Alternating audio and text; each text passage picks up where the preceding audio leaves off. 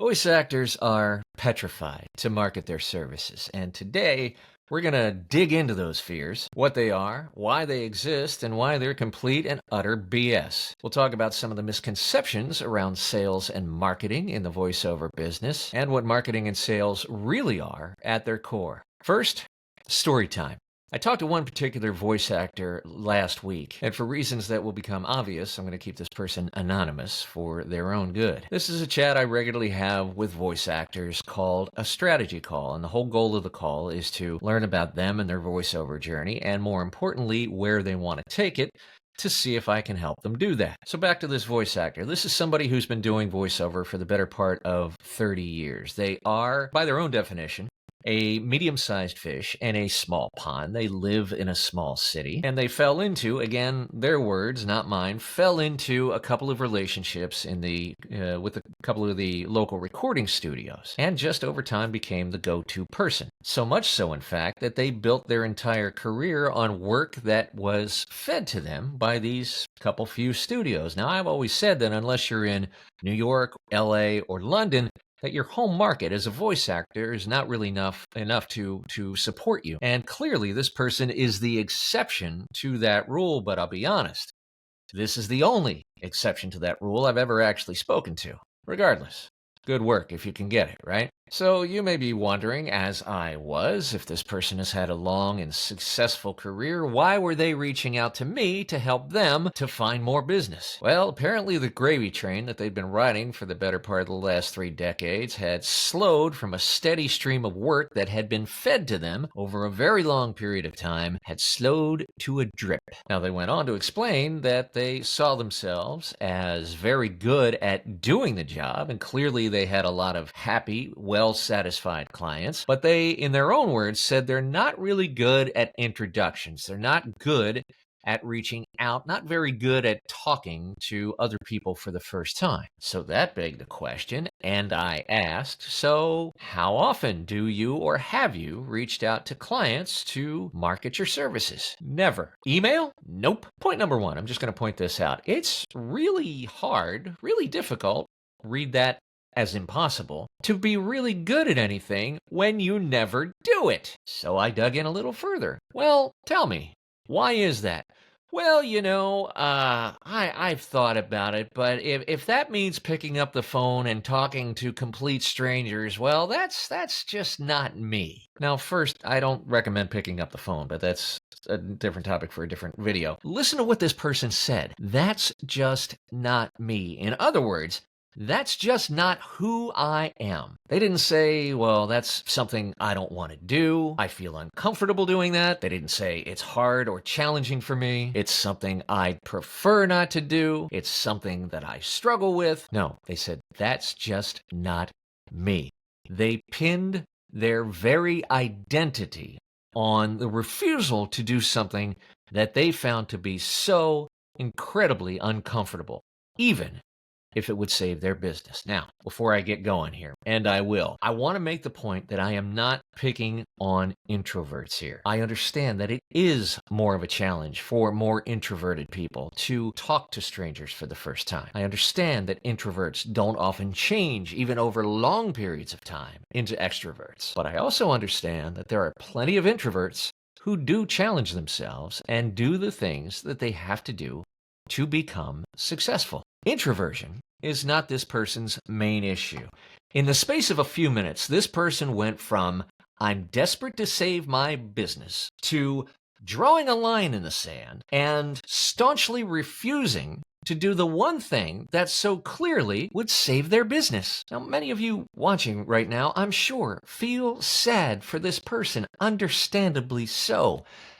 But not me. I'm angry. I'm angry that this person, clearly quite talented in doing the work, clearly very adept at maintaining and fostering relationships with great clients, has dug in their heels like a petulant child throwing a tantrum, and refuses to even entertain the thought of doing the one thing that so clearly will save their business. I'm angry because this person's business will fail, not because they're introverted, but because they simply refuse to become uncomfortable, to challenge themselves even a little, to even take the first step to growing one scintilla. I'm angry because of the people in this person's life who will potentially suffer from this failed business. I'm angry because of all the people this person could have potentially helped, not just from now on, but in the last 3 decades. Because let's face it, they're really good at what they do and they've already helped some people. But most of all, I'm angry at this mindset. It's a fixed mindset on steroids, and to me,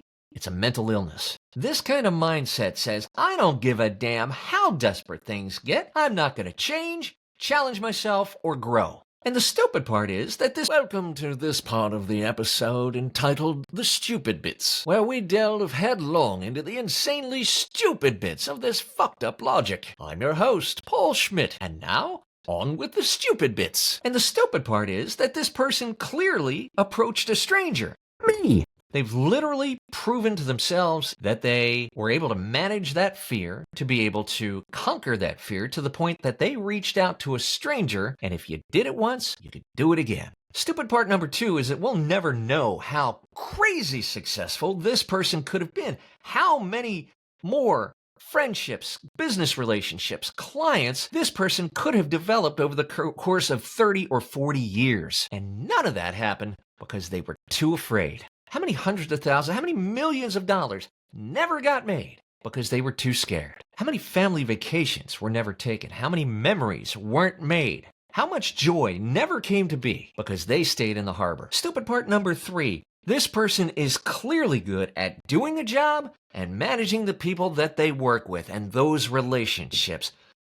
Oh my God! How? Why are they telling themselves some bullshit story that somehow they're not good enough to reach out to other people to have a conversation about solving their problem? My God, make it make sense! This has been The Stupid Bits. Join us next time for more limiting beliefs, batshit crazy thought processes, and mind-boggling mindsets. So now that we have a horrifying example of this fixed mindset in action, let's break this down. What are people so impossibly afraid of when it comes to marketing their voiceover businesses? Number 1, I'm afraid I'll annoy people.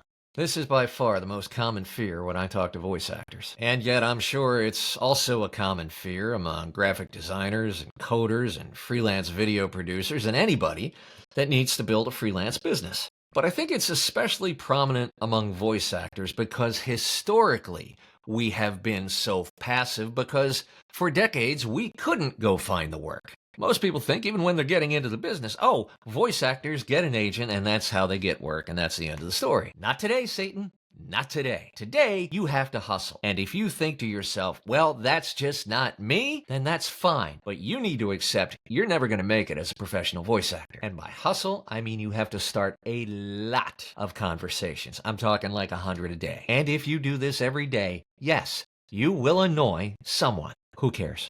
A, if you generally reach out to the right people, you will minimize the chances of annoying the wrong people. B, if you do happen to annoy somebody, people are polite. Chances are they'll be too polite to say so, and you'll never know. C, if they do get annoyed, that's on them. It's a perfectly reasonable thing to reach out to a complete stranger to try to start a conversation around needs and pain points they might have and how you might collaborate together to solve them. At the core of that, you have done nothing wrong unless your methodology was really bad. And D, look, at one point a couple of years ago, I did the math, and I found out that 1 in every 4,000 people I reached out to came back with a rude reply. People are generally not rude. In fact, they are generally helpful and kind. Who knew? Big fear number 2, I'm afraid to be seen as salesy, sleazy, or manipulative.